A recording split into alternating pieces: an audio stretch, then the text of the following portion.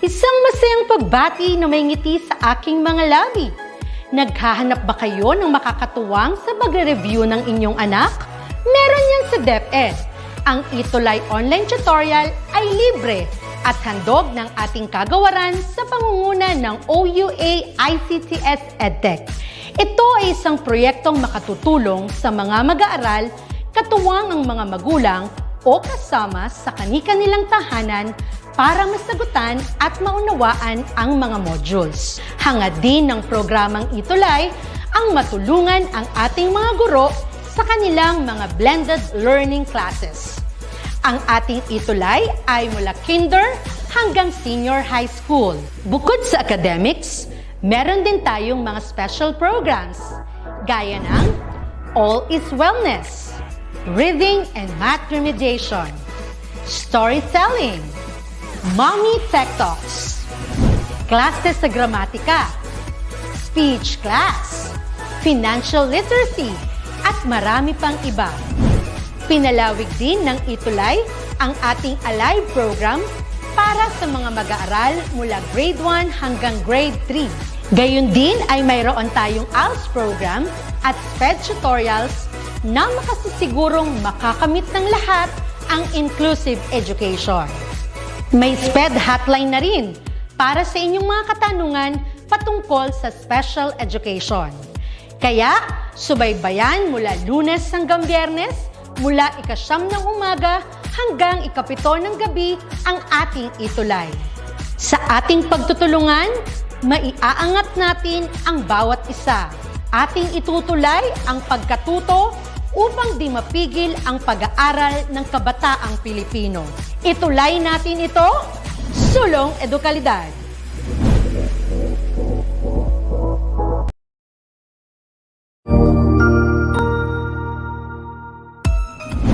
Mabuhay!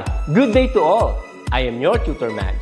Welcome to ETUlay, a free online tutorial, an initiative of the Department of Education, Information and Communications Technology Service, Educational Technology Unit, ICTS EdTech. This program is aimed at helping and assisting learners from kindergarten, senior high school, ALS, Alive and SPED learners. Aside from answering the modules, the ETUlay is offering programs which you will surely look forward to. Together with our parents and teachers, the ETUlay will bridge the gap where difficulty and ease meet in learning new knowledge and skills. So, let us prepare our modules, pen and paper. Ready your mind to see and hear worthwhile and interesting lessons. Let us now study and learn, together with our volunteer online tutors. Tara na!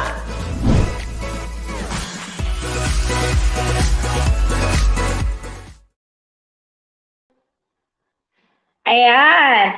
Yan, isang magandang hapon po sa ating mga estudyante, sa mga learners or mga grade 5 learners at sa mga magulang at kapwa ko guro. Welcome! Good day grade 5 learners! Samahan niyo muli ako sa panibagong linggo ng makabuluhang talakayan dito lamang sa ating ETUlay online tutorial. At ako muli si Tutor Maha mula sa Bagna Elementary School, SDO Malolos City, and today is another lovely day to learn and explore things. Hapon sa mga learners natin mula sa San Ildefonso South District, Bulacan, at ang kanyang advisor na si Ma'am Jane Basalio at ang kanyang principal, ayan, na si Sir Solomon C. Fernandez. Hello, Aubrey Madison. Kasama din natin si Faye Paula Perin Calistero. Yan, na-miss ko yung mga grade 5 learners natin na yan. Hello po Arken Stephen V. Faustino grade 5 SSES mula sa Pinaod Central School San Ildefonso. Kasama din natin ayan ang mga mag-aaral mula sa Patulo Elementary School Marilao, Bulacan at ang kanilang advisor ay si Ma'am Michelle Lynn Alonso Rangel at ang kanyang principal ay si Doktora Elma C. Igayan. Hello grade 5 learners! Welcome to our DepEd ETUlay online tutorial. So now, ayan, Hello po, hi po tutor, hi din sa mga bago nating mga learners. Kasama din natin si Arian Gimenos Psycho. Okay, so from the Earth's atmosphere to the outer reaches of our solar system, ayan, let us discover today the mysteries of spaces. Okay, or the space mismo. So time to wear your virtual spacesuit and to fasten your seatbelt. Let us join us in a space adventure grade 5 as we learn about the moon, the stars, and more. Ayan, magandang hapon po sa mga kapwa ko guro na nanonood. Hello, Shania, Venice, hello, hi, Faye, and syempre kay Aubrey Madison, hello po sa inyong lahat. So now, but before we move on, allow me to exercise your mind through our Sai Baliktanaw. Okay, so when you look up at the night sky, ayan, grade 5, what are the things that you usually see? Ano ba yung madalas nyong nakikita kapag tumitingin kayo sa langit tuwing gabi? So ano yung madalas ninyong na-observe? What are the things that you see usually? Okay, hello to Arken Stephen Biba Faustino. Ayan, sabi ni Shania, moon daw ang kanyang nakikita. Sabi niya may stars, may full moon. Sabi din ni Faye Paula, meron daw stars, may stars po. Okay, now, do you see the beautiful shining stars na nasa ating na nasa sky or nakikita natin tuwing night? Oh, and perhaps you also see the moon, also full moon po, sabi ni Faye Paula, yes. So aside from the fact that we see it during nighttime, okay, what else do you see about the moon? Okay, so now, yes po, sabi ni Shania. So let us find out through this activity. How many questions can you answer correctly about the Earth's moon? So I will show to us how smart you are by taking this lunar quiz na ipepresent ko sa inyo. Okay, let us start. So for number 1 lunar quiz, which of the following statement correctly describe the moon? Okay, A, it can support life. B, it can produce its own light. C, it has a surface covered mostly with water. Or letter D, it has a rocky surface with plenty of craters. Okay, tignan nga natin. Ano nga ba ang sagot ng ating mga...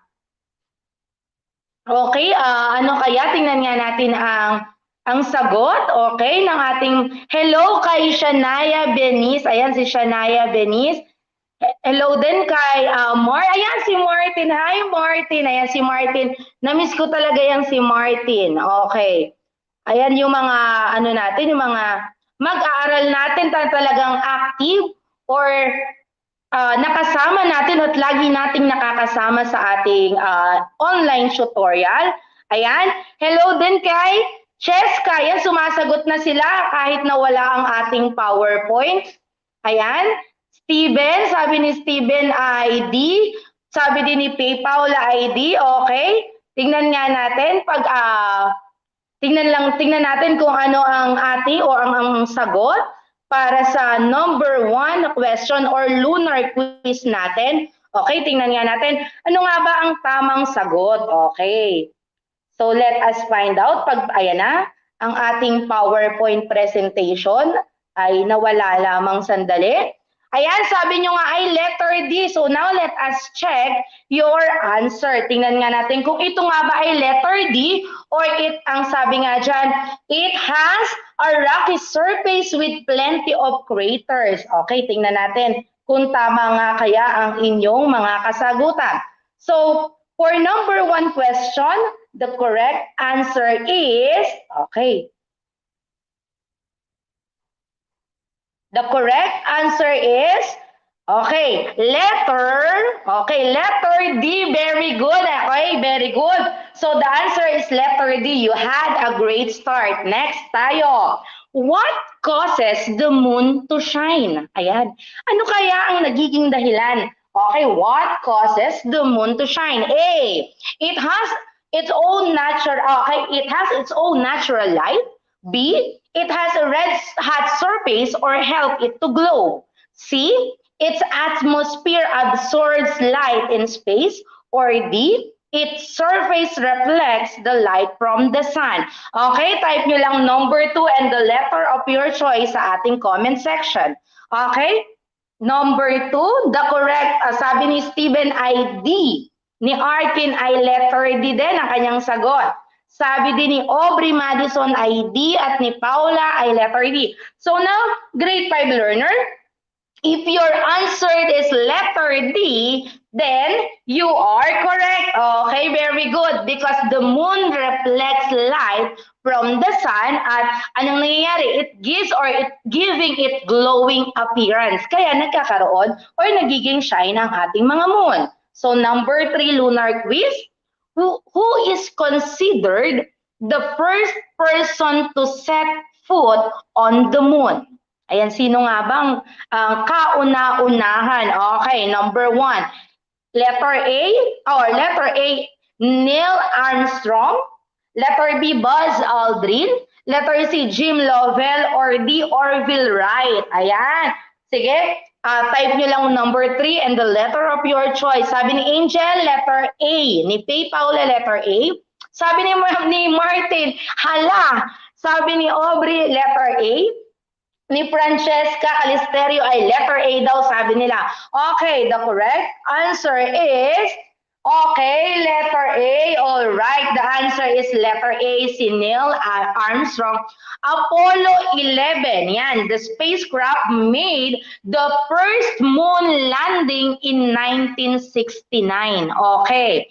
And Neil Armstrong is was the first man na nakaapak or to set foot on the moon.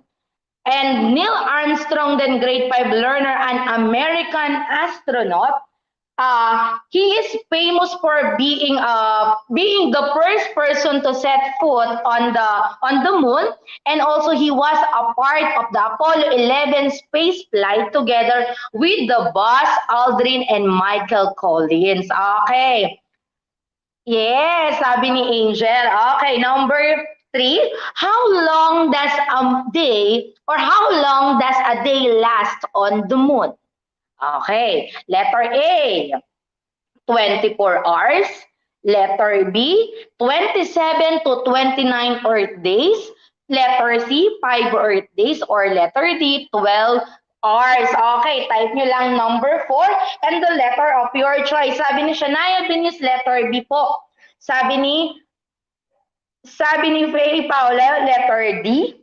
Sabi ni Martin, letter B. Sabi ni Vinis, B. Okay, letter B daw. Ito sabi ni Krisa May Cruz, letter B. The correct answer for number 4 is letter B, 27 to 29 days or 29 Earth days. A day on the moon lasts or it is equals to halos 1 month. Okay.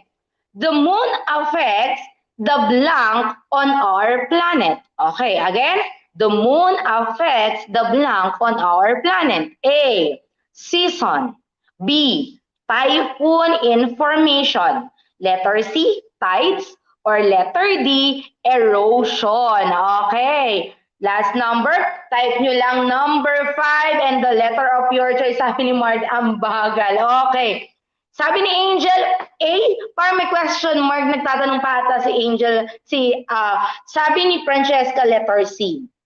Sabi ni Martin, letter B. Parang patanong pa sila. Sabi ni Stephen Carr, letter C. Sabi ni Faye Paula, letter C. Ni Aubrey Madison, C. Ayan, puro C.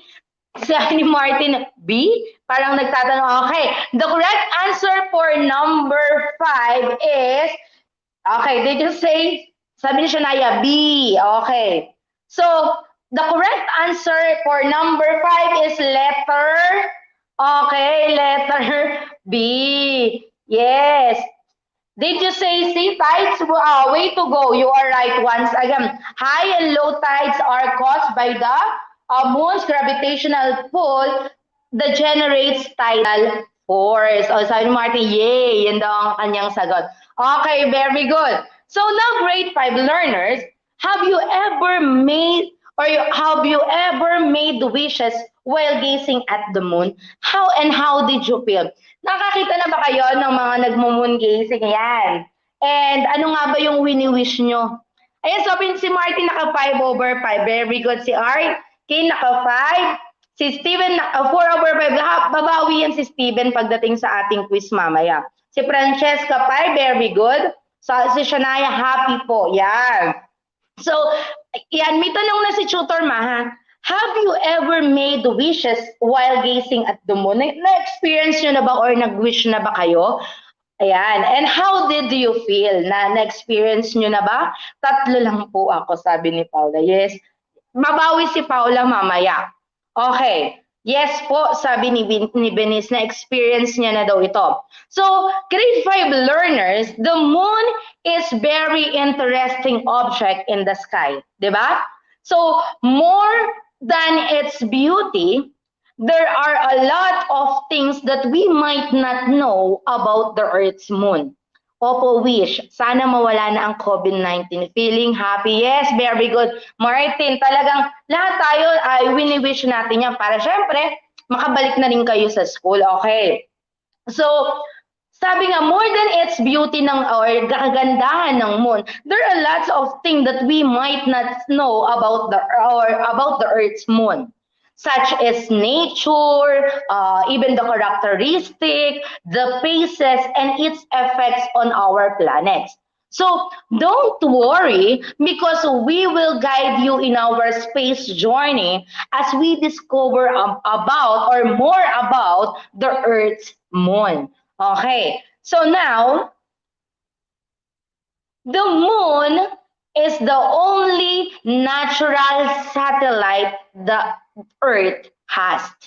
Okay, yung muna, the moon is the only satellite or the only natural satellite that the Earth has. Yun ang meron tayo. And when we say satellite grade 5, it refers to an object, okay, that revolves around a larger object. Okay, it refers to an object that revolves, umiikot around a large object. In astronomy, it is defined as a heavenly bodies orbiting the Earth or another planet na umiikot. So some scientists believes, naniniwala sila that 4.5 billion years ago, according to a theory, the Earth smashes to a smaller planet known as Theia. So that is also forming at that time. Yan, naniniwala sila ng time na yon. The moon does not produce its own light. Hindi nakakapag-produce ang moon o ang buwan, okay, ng sarili niyang liwanag. It only reflects the light coming from the sun. Doon lang siya kumukuha. Yes, Martin, ang buwan ay gawa sa 43% oxygen, 20% silicon, 19% magnesium, 10% iron, 3% calcium, 3% aluminum, 0.42 chrome. Talaga nag-aral si Martin, very good. Yes po. So since it is revolving around the Earth, the amount of light it reflects from the sun varies as it changes its position and so with its appearance. Depende sa position na meron ito at sa pag-ikot nito or sa pag-ikot ng mundo. And this apparent changes or change is known as the phases of the moon. Okay, ang tawag natin dito is phases of the moon.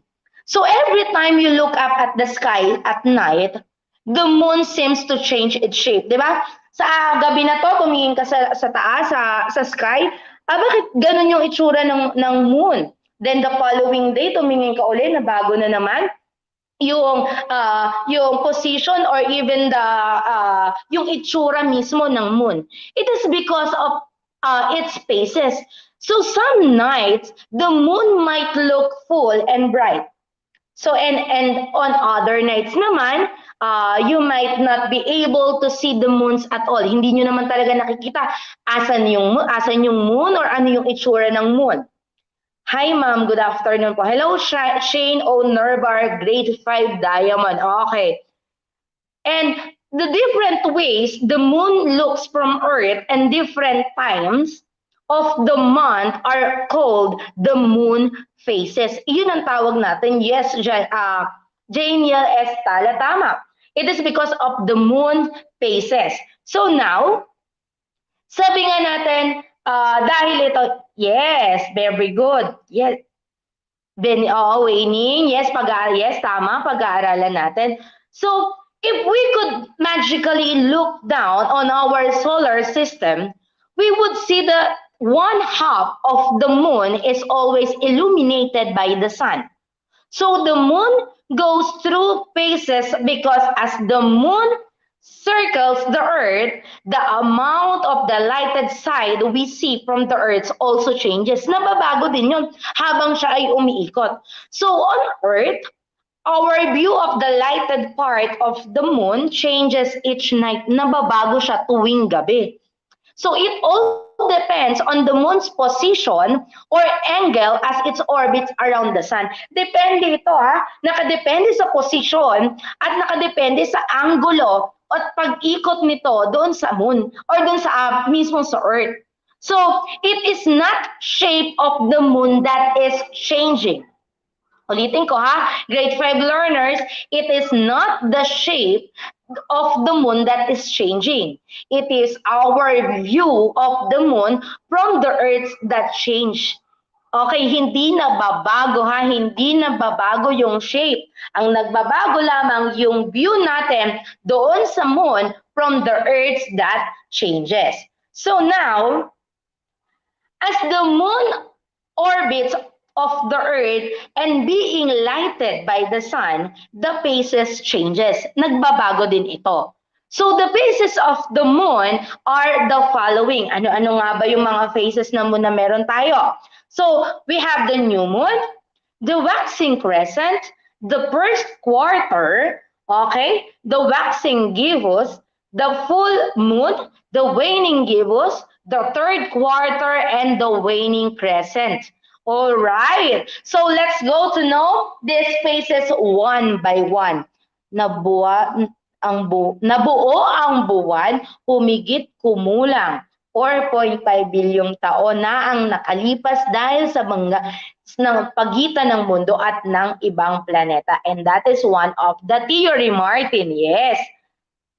So let's begin with new moon. So during this phase, we cannot see the moon from the earth. Hindi talaga natin nakikita. So the moon is completely dark.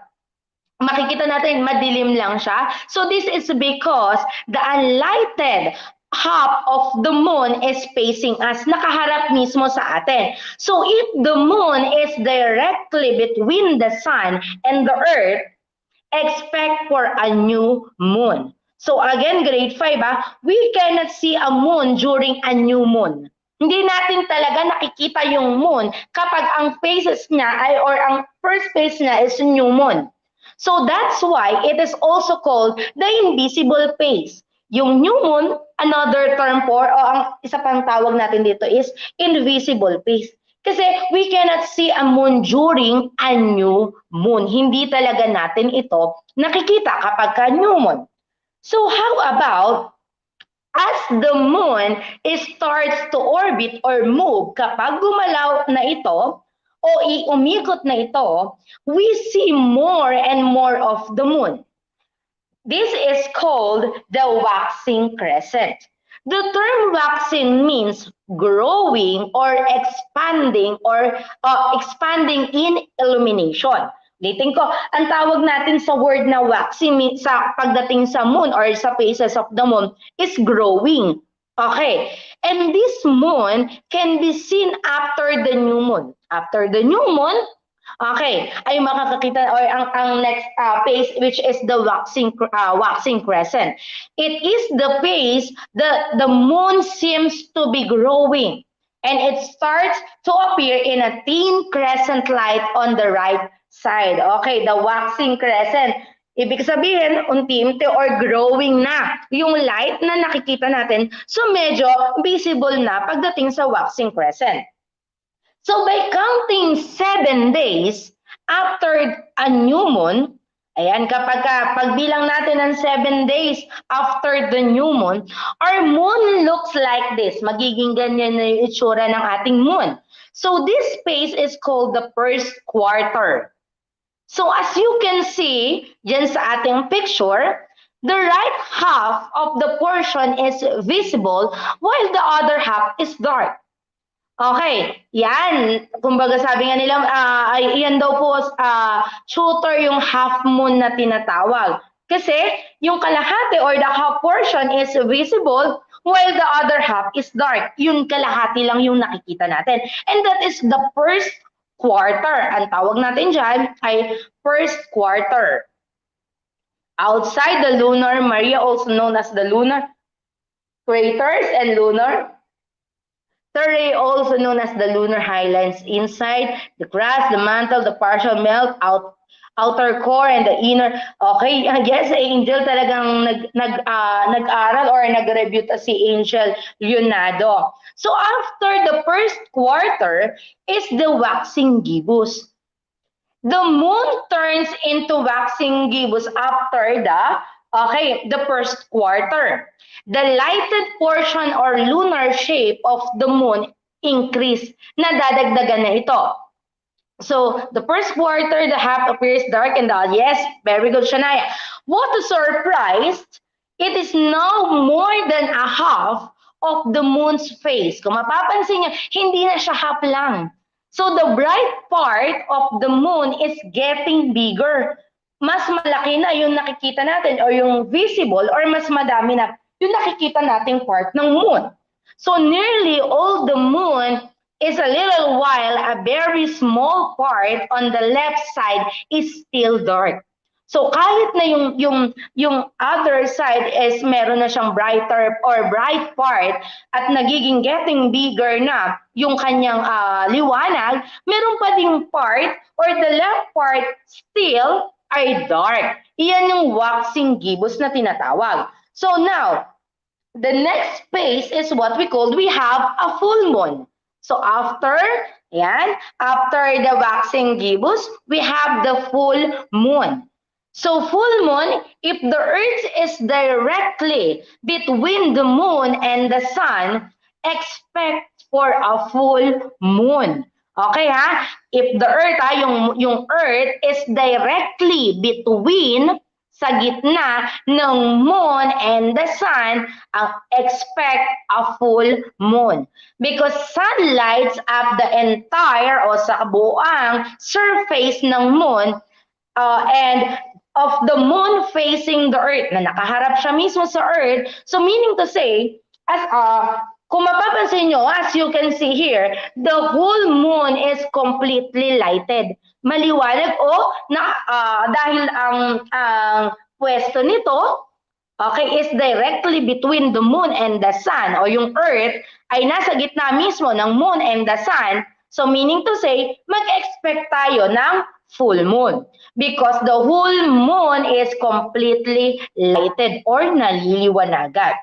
Now, after the moon's full phase, kapag nabuo na or we start to see less and less of the moon. And this is called the waning.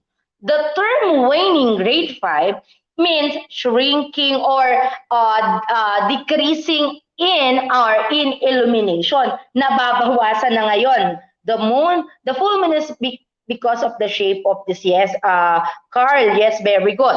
So the lighted portion of the moon now decreases. So kung kanina, pag sinabi nating waxing or nag-grow yung liwanag. So pag sinabi naman natin na waning, pabawas naman ito, nagdi-decrease naman ngayon yung light or yung liwanag na meron ito. So this phase is called the waning gibbous, ang tawag natin dito. After the full moon, pagkatapos ng full moon, the moon begins to get smaller. About 3 to 4 of the left side is visible na lang. Yun na lang yung nakikita natin. And as you can see, nearly all the moon is little while a very small part on the right side start to get dark. Bumabalik naman.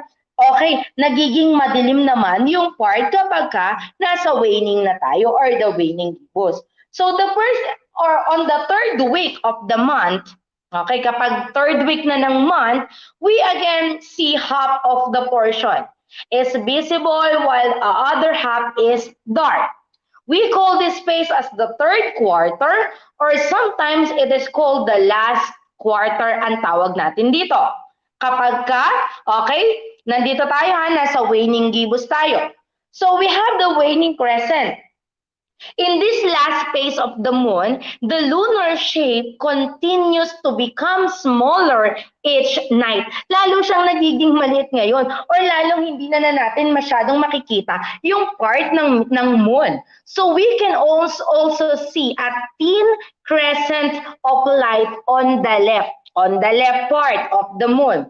Okay, on the left side, while the rest is dark. Yun na lang yung nakikita natin kapag waning crescent. So now, yes, hello po, good PM, Tutor Mahan to all viewers, grade 5, advisor watching from the West Central School, Santa Maria District, SDO, Pangasinan. Hello to Van Aldrich Rosal, ayan. And sabi nga ni Martin Angel, the moon's mass is about 0.001, 12 times of the Earth's, which is 7.35. Okay, times the 10, 22 kilogram. The moon's gravity is one-sixth that of the Earth. Yes, very good.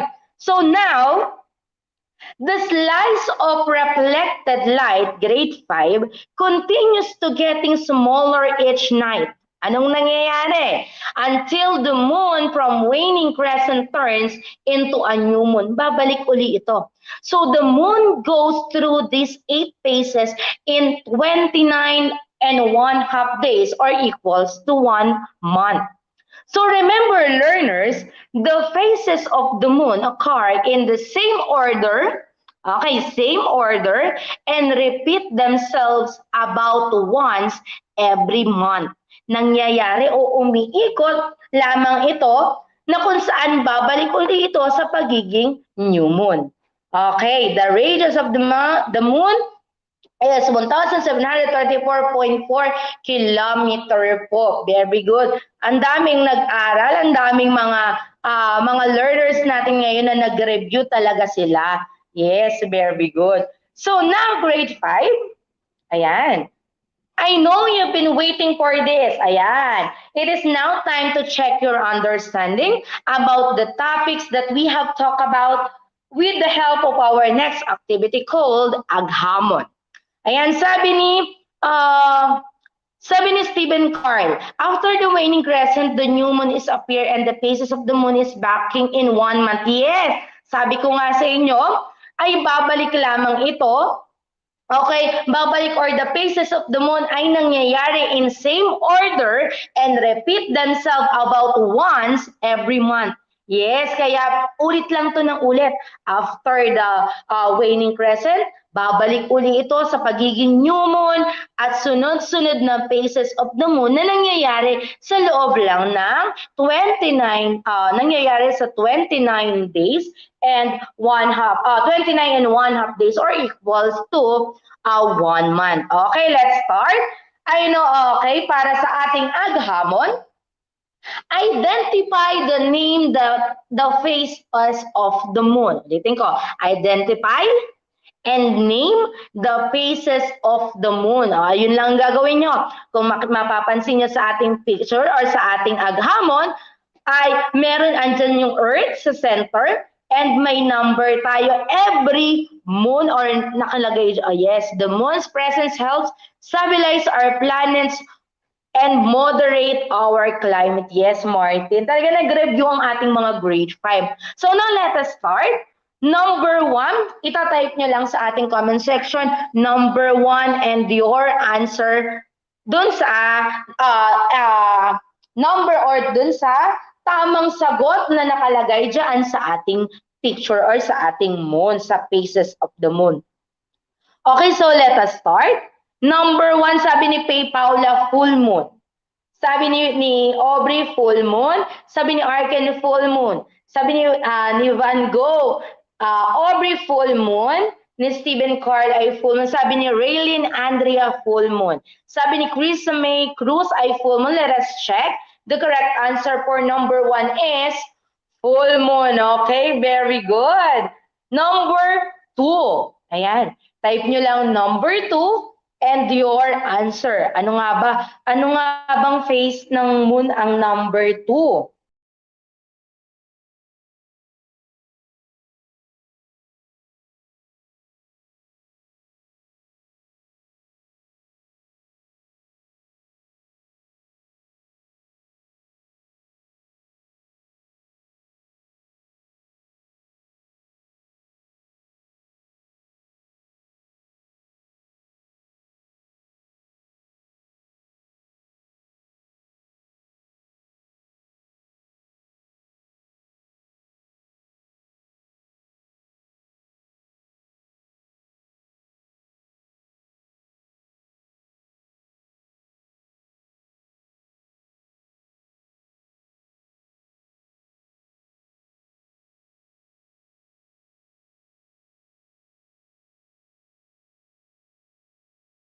Calling all senior high school students.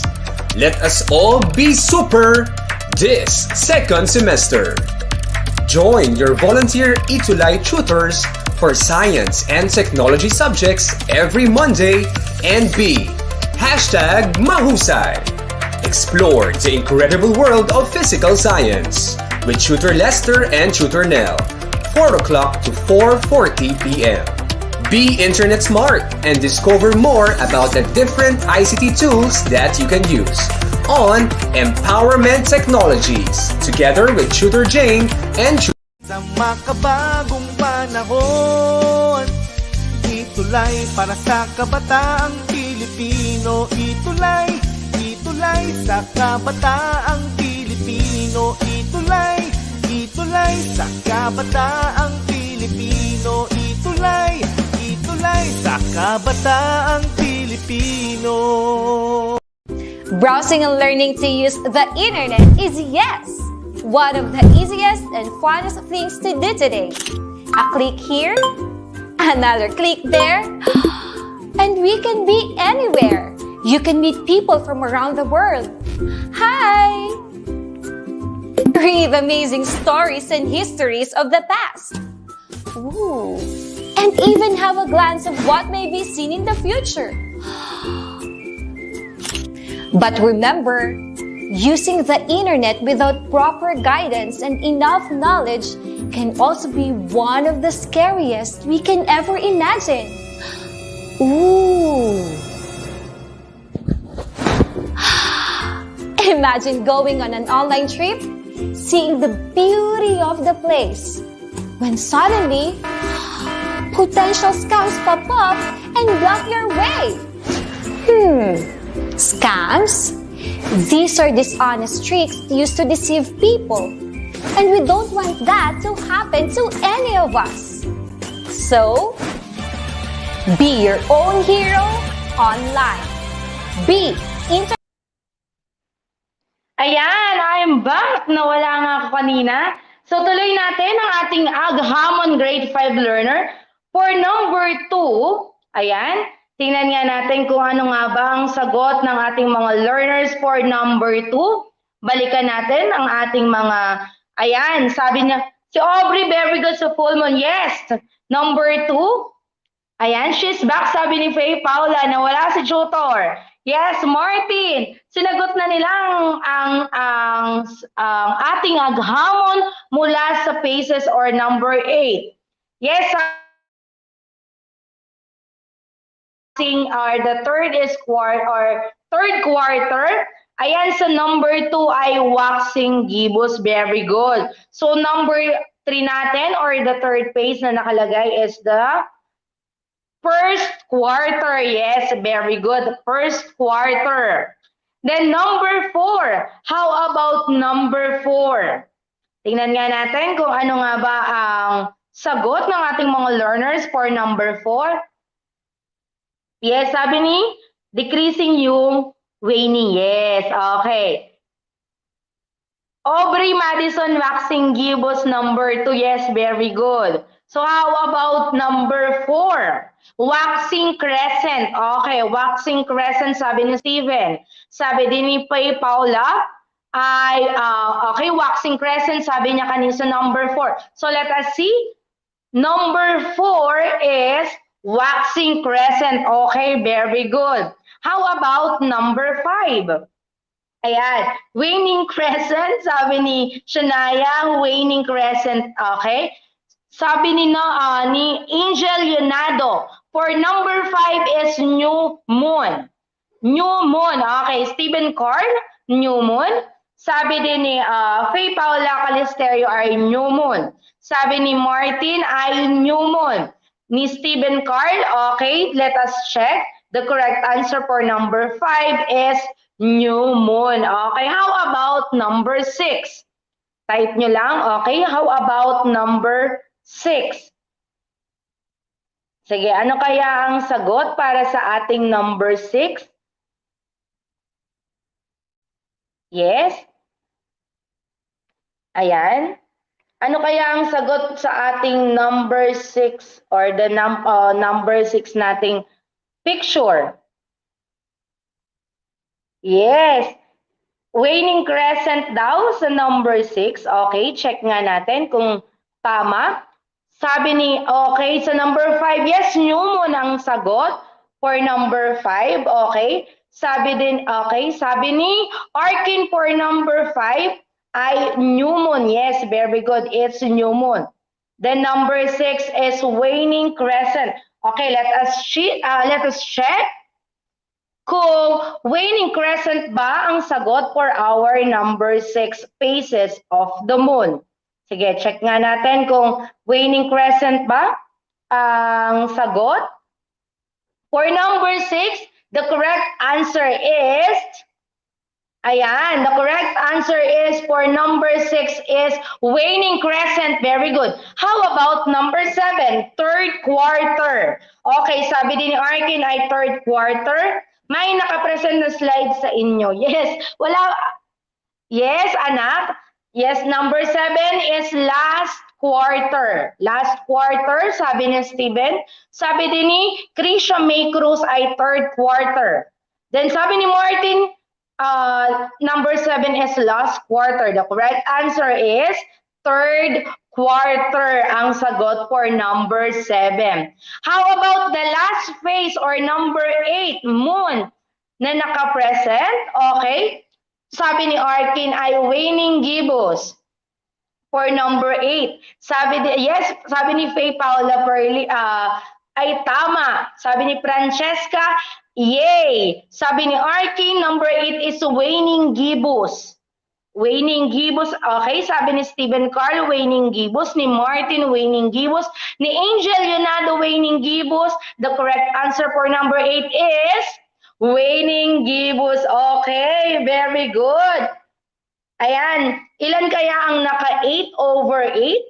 At ilan kaya ang score ng ating mga learner? Type nyo lang ang inyong mga scores sa ating comment section. Ayan, marami kaya ang nakatama para sa ating, sabi ni Angel, yay. Sige, ilan kaya? Si Martin ay naka 6, very good. Si Arkin ay naka 8 over 8, very good. Ay naka 6 over 8 pala siya. Okay. At si Steven naka 7 over 8. Ayan, naka 7 over 8. At si Arkin, very good. Si Shania naka 6 over 8, very good. Then yung mga, ayan, ano kaya ang score ng ating ibang mga learners? Very good.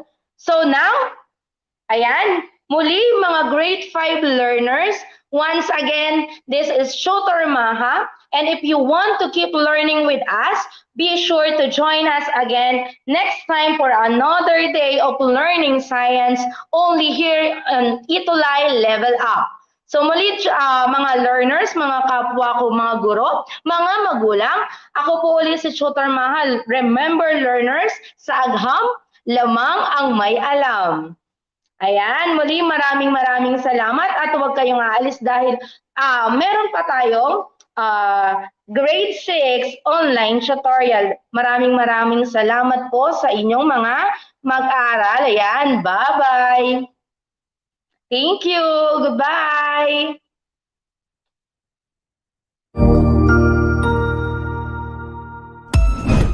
Ang husay naman!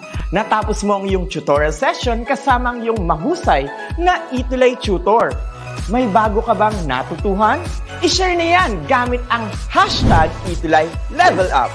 Huwag aalis ha, dahil may susunod pang programa na pwede mo ring panoorin at salihan. Dahil naghihintay na ang iyong mga tutors. Happy learning dito sa ETUlay!